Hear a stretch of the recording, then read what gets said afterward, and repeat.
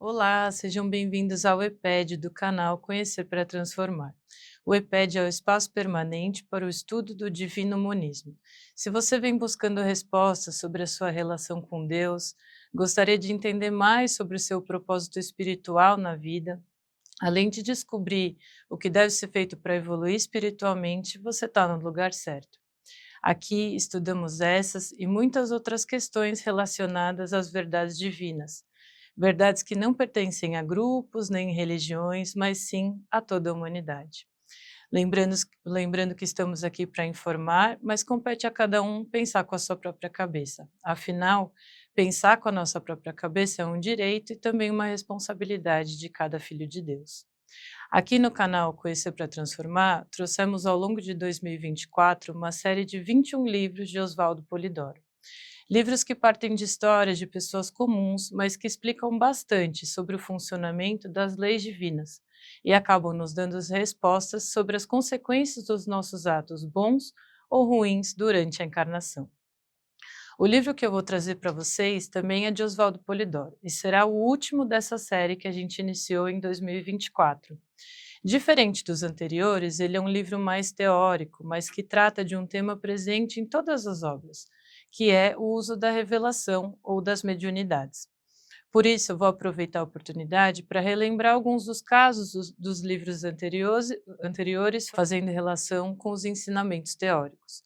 O livro se chama Que Fizeste do Batismo de Espírito Santo. Foi escrito em 1927, quando Oswaldo Polidoro tinha apenas 17 anos. Ele se estrutura em um formato de perguntas e respostas e tem como tema central o Espírito Santo. Mas antes de a gente prosseguir, aproveita para se inscrever no canal, ativa o sininho para o YouTube te avisar sempre que tiver novos vídeos e deixe seu like.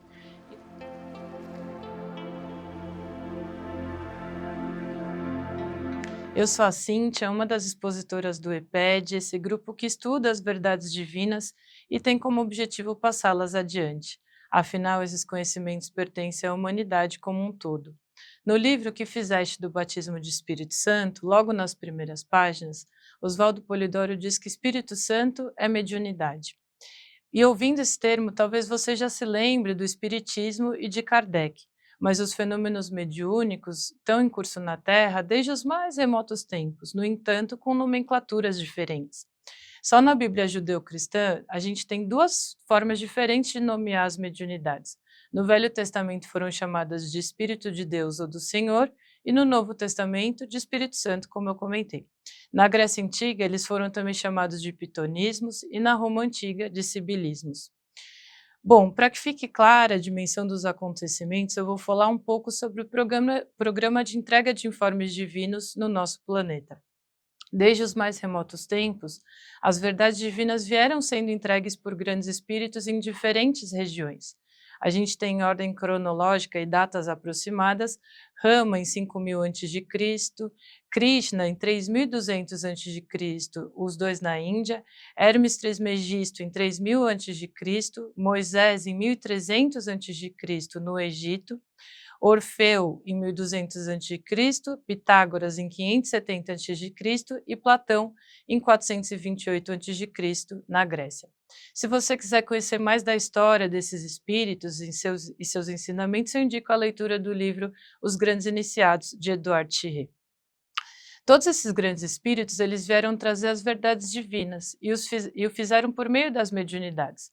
No entanto, os estudos desses conhecimentos doutrinários e as sessões mediúnicas eram feitos por poucas pessoas em cenáculos iniciáticos a portas fechadas. Naquele período, essa era a forma que havia de proteger esse conhecimento, porque até então a humanidade não tinha condições de recebê-lo amplamente. De qualquer modo, todas essas entregas foram feitas como uma preparação para a vinda de Jesus, que viria coroar todo esse processo. Então, qual que era o cenário quando Jesus estava por vir?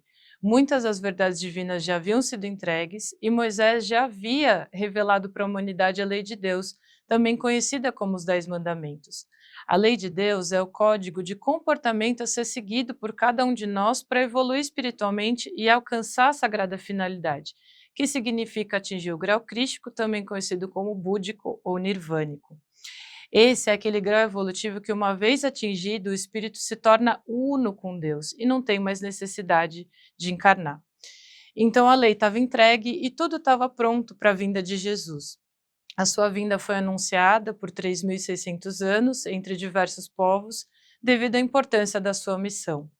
Imagino que os cenáculos iniciáticos da época estavam cientes da sua vinda, tanto que os três reis magos, que eram na verdade cultores da revelação, ou seja, eles provavelmente eram parte de algum desses cenáculos, eles foram visitar Jesus quando ele nasceu. No Evangelho de Mateus é dito que esses magos vieram do Oriente e não tinha como eles saberem que Jesus havia nascido, senão pelas mediunidades. Naquela época não tinha jornal, não tinha internet nem nada. E por que Jesus foi tão anunciado e aguardado? Por conta da importância da sua missão. Moisés já havia revelado para a nossa humanidade a lei de Deus e agora Jesus viria para ser o nosso exemplo de comportamento. Ou seja, ele veio viver os 10 mandamentos na prática, para que a gente pudesse entender o comportamento necessário para atingir a sagrada finalidade, ou seja, o grau crístico. Por isso ele é chamado de Cristo modelo ou de verbo modelar. Jesus veio também para abrir as portas dos cenáculos, acabar com o ocultismo e entregar as verdades divinas a quem quisesse conhecer. E por fim, ele veio também derramar o batismo de Espírito Santo sobre toda a carne, ou seja, entregar as mediunidades para toda a humanidade no dia de Pentecostes. Jesus fez esse derrame de dons quando ele já estava desencarnado. Nos capítulos 1 e 2 dos Atos da Bíblia, conta-se que Jesus pediu aos apóstolos que eles ficassem em Jerusalém para o cumprimento da promessa. O Pentecostes era a festa da colheita dos judeus. Então, nesse dia, eles estavam reunidos judeus das mais diversas regiões, que não falavam o idioma um do outro. De repente, houve um grande estrondo, todo mundo começou a ver línguas de fogo e começaram a compreender o que os outros povos diziam. Então, por exemplo, um turco que só conhecia a sua própria língua, de repente ele começou a entender os judeus de Jerusalém falando em hebraico. Estava acontecendo como que uma tradução simultânea mediúnica. Então, todos começaram a se perguntar o que está acontecendo, né? E algumas pessoas começaram a falar que o pessoal estava cheio de mosto, ou seja, que eles estavam bêbados. Então, o Pedro, acompanhado dos outros apóstolos, ele interrompeu aquelas falas e disse: Ó, ninguém está bêbado aqui, são só 9 horas da manhã, né? E ele explicou que o que estava acontecendo ali era o cumprimento da profecia de Joel, que diz: derramarei o meu Espírito Santo sobre toda a carne, e vossos filhos e filhas profetizarão. Vossos velhos terão sonhos e vossos jovens terão visões. E assim as pessoas ali presentes de fato passaram a profetizar, alguns ganharam clarividência, outros clareaudiência, entre outros tipos de mediunidades. Depois desse evento, os apóstolos continuaram a fazer esse trabalho de percorrer diversas regiões, estendendo as mediunidades por onde eles passavam, que na época se chamava de levar a palavra. No século IV, se iniciou a formação da Igreja Romana. A doutrina que Jesus deixou foi sendo corrompida e adulterada com o fim de atender a interesses políticos e mundanos. E, além disso, passaram a chamar as mediunidades de coisas do diabo. Afinal, não interessava para a Igreja Romana nenhuma mensagem mediúnica que contrariasse a sua narrativa. Alguns séculos mais tarde, inclusive, foi criada a Inquisição para perseguir de morte todos que praticassem alguma mediunidade.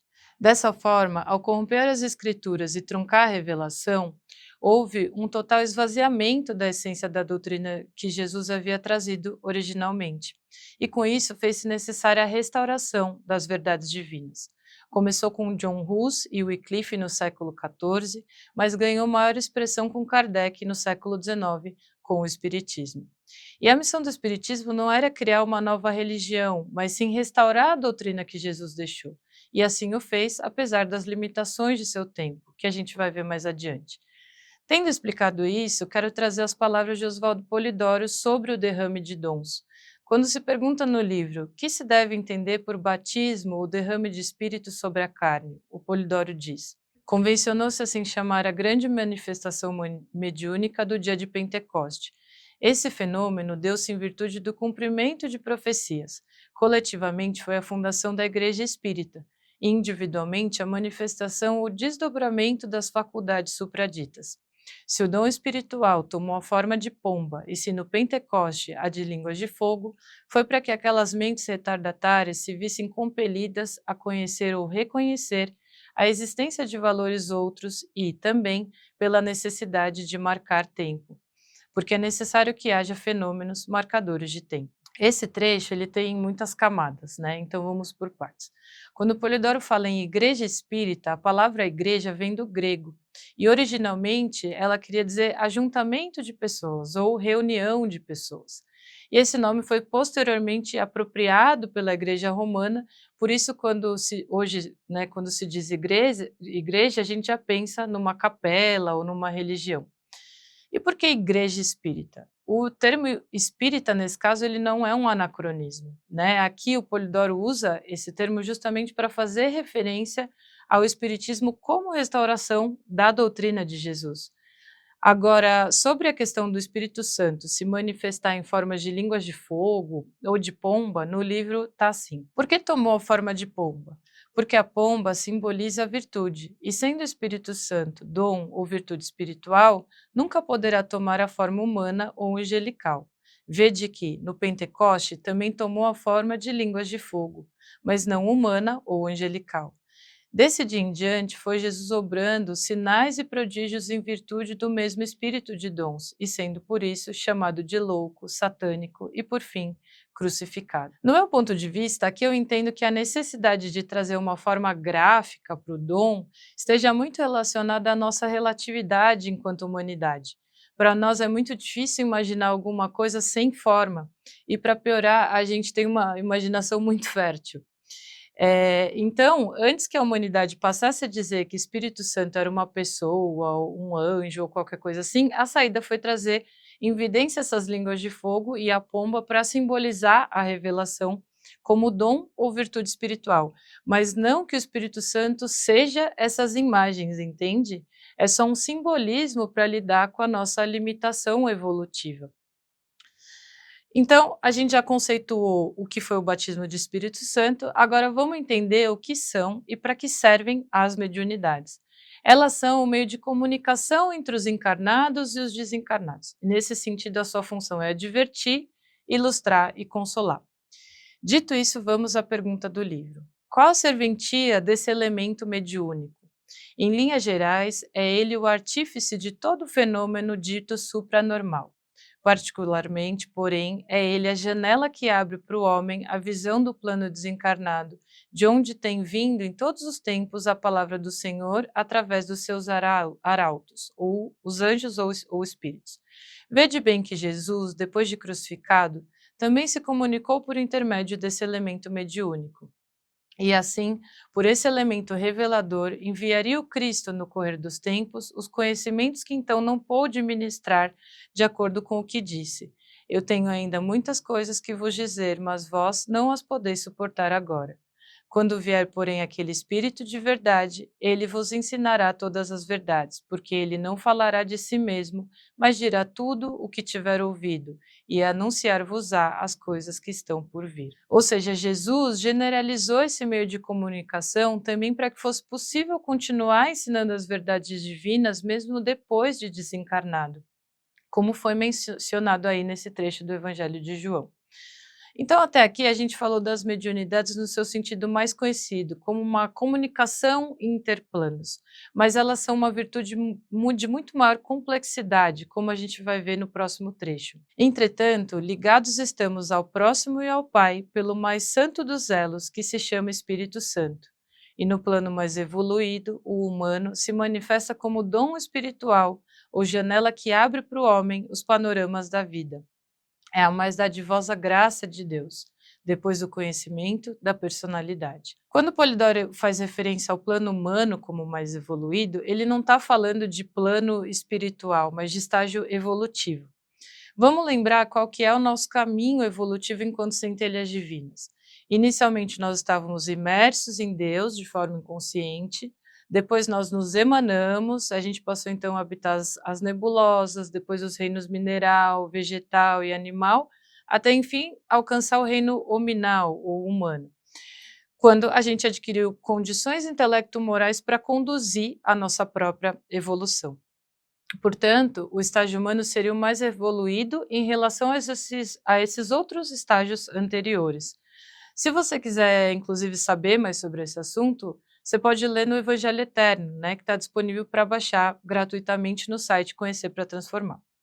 Mas voltando ao trecho, Polidoro diz que as mediunidades são uma graça, uma virtude emanada de Deus que nos conecta a Ele e ao nosso próximo. E quando evoluímos e passamos a habitar corpos humanos, é que a revelação se manifesta como esse dom de comunicação entre encarnados e desencarnados.